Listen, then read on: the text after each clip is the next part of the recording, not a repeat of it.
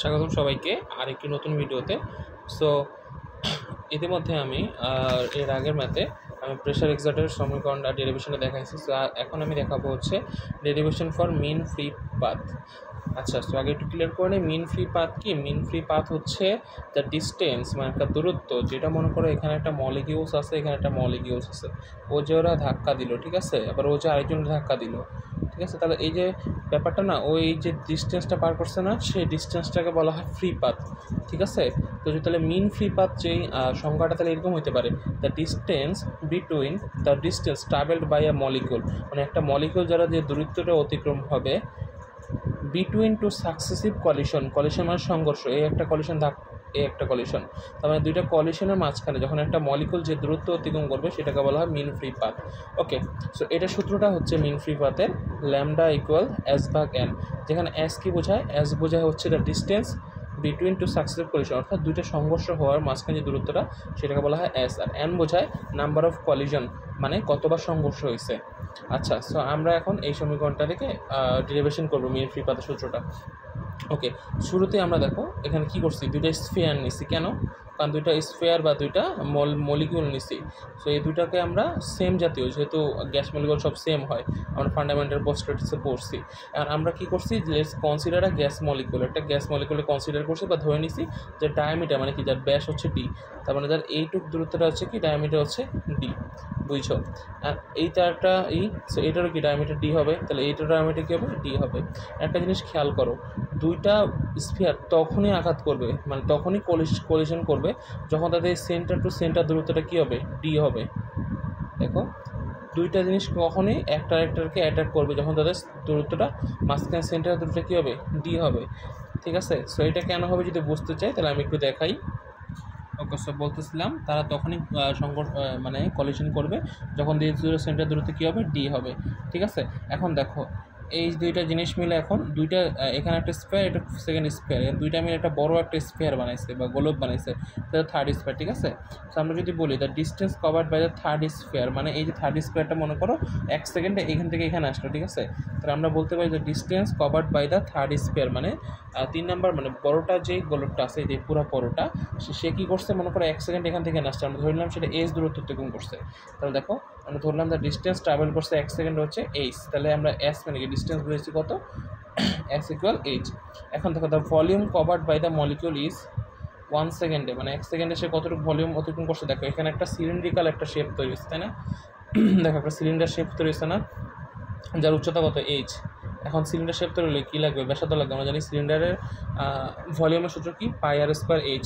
তাহলে দেখো এটা যদি এইচ হাইট, কারণ আমার কী লাগবে? এই সিলিন্ডারটা ব্যাসার্ধ লাগবে। দেখো এই সেন্টার থেকে এই যে দূরত্বটা সেটা কী? দেখো একটু খেয়াল করো, আমরা বলছিলাম বৃত্তের, মানে এই বৃত্তেরগুলোর, মানে এই যে স্পিয়ারগুলো আছে তার ব্যাস কত?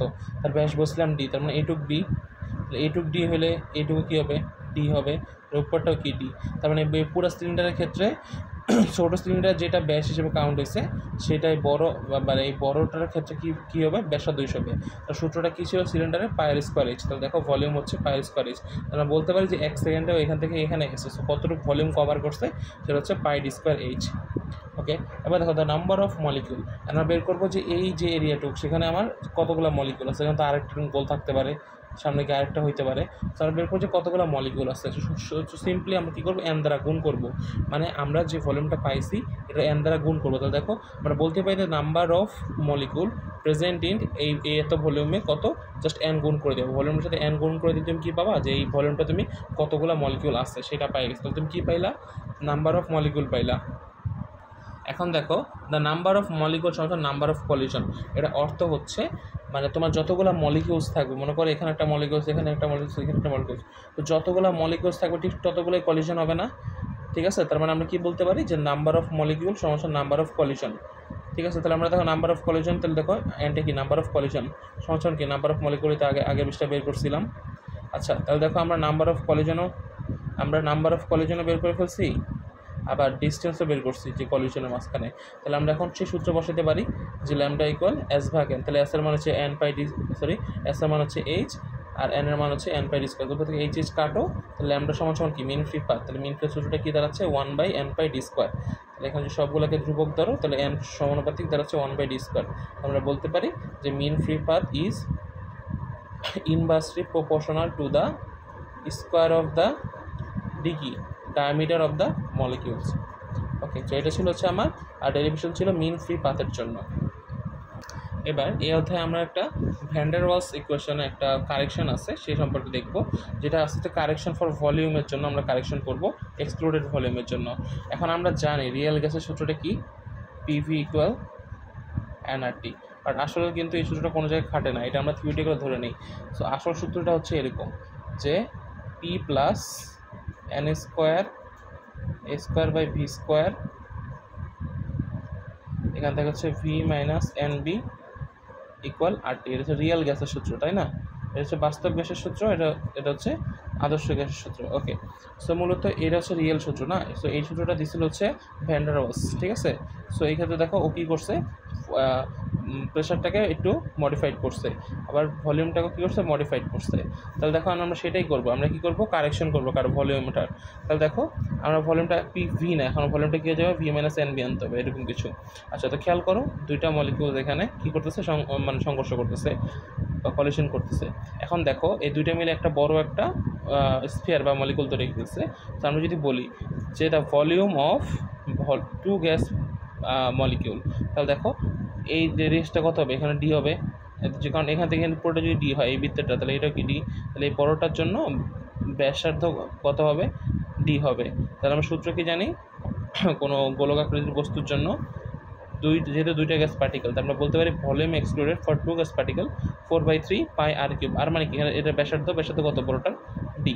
ওকে, তাহলে দেখো আমরা জানি এই ডি মানে কি 2r। কেন 2r, কারণ দেখো এই বৃত্তের এইটুকু হচ্ছে আর, ঠিক আছে? তাহলে ডি মানে কি 2r, ব্যাস হচ্ছে ব্যাসার্ধের দ্বিগুণ। তাহলে দেখো ডি এর জায়গায় আমি কি লিখলাম, 2r লিখলাম, ঠিক আছে? কিউবে ছিল 2 কিউবে করলে হয় 8, আর দেখলো আর কিউব। তাহলে আমরা কী পেলাম, দুইটা গ্যাসের জন্য। তাহলে এখন আমরা যদি একটা গ্যাসের জন্য বের করি, কী করবো আমরা, একটা গ্যাসের জন্য। তাহলে সিম্পলি দুইটা গ্যাসের জন্য যদি এত হয়, একটা গ্যাসের জন্য কী হবে, 2 দ্বারা ভাগ হবে। তাহলে দেখো আমরা কী করলাম, 2 দ্বারা ভাগ করলাম, ভাগ করে আমরা এইটা পাইলাম। আচ্ছা, এবার তাকাই, আমরা অ্যাভোগাড্রো সংখ্যা জানি যে 1 মোলে অ্যাভোগাড্রো সংখ্যা পরিমাণ জিনিস থাকতে পারবে, তাই না?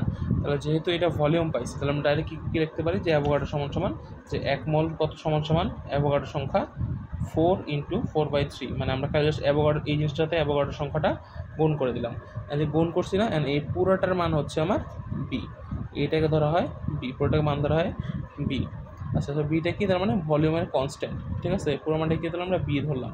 এখন এন সংখ্যক যদি ধরো, এটা শুধুমাত্র 1 মোলের জন্য ধরছিলাম, তাহলে কি মনে 1 বি না? আর যদি এন সংখ্যার জন্য ধরি তাহলে কী হবে, এন বি না, এন বি। মনে রেখে আমরা কিসের কারেকশন করতেছি, আমরা ভলিউমের কারেকশন করতেছি। তাহলে এন সংখ্যার জন্য কী হবে, এন বি। তাহলে আমরা যদি ভলিউমটা কারেক্ট করতে চাই, তাহলে কী হবে, আমার V minus N B. Clear? তাহলে এখন দেখো এই কি কোশ্চেনটা কী দাঁড়াচ্ছে, যদি আমি ভলিউমটা ঠিক করি, তাহলে দেখো P V minus N B, আমরা কিন্তু পিটাকে কারেকশন করিনি, পিটা পি রাখছি, শুধু ভিটাকে এই ডেরিভেশন আমরা ভিটা কারেকশন করছি। তাহলে দেখো P V minus N B equal R T. So এটা ছিল হচ্ছে আমার ভলিউমের কারেকশন। এবার আমি যদি প্রেশারে কারেকশন যাই, দেখো তাহলে আমরা একটু আগে ভলিউমটা কারেকশন করলাম, এবার আমরা প্রেশারটা কারেকশন করতে চাই। দেখো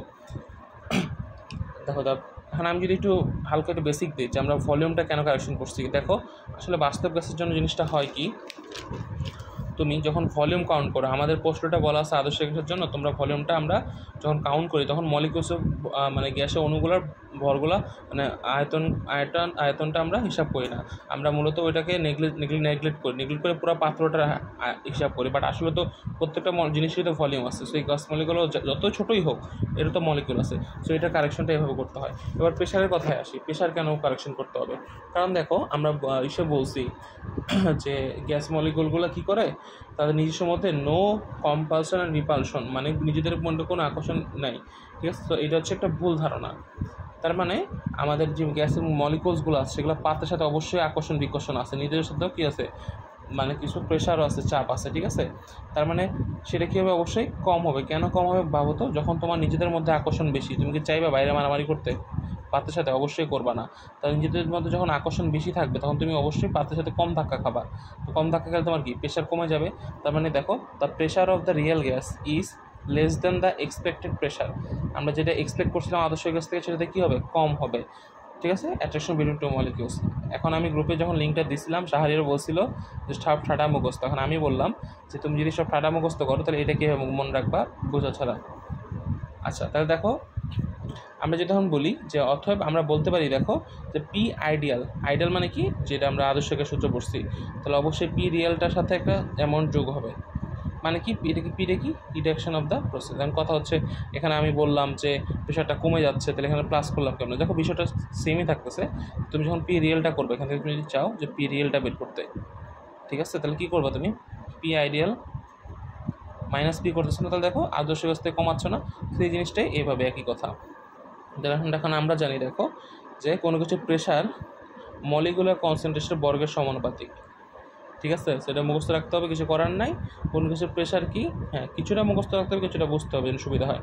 কোনো কিছু প্রেশার হচ্ছে তার কনসেন্ট্রেশনের বর্গের সমানুপাতিক, মোলার কনসেন্ট্রেশন এস সময়। তাহলে দেখো আমরা সূত্র জানি, এস ফাংশন কেমিস্ট্রিতে পড়ে আসছি, এস ফাংশন এন ভাগ ভি।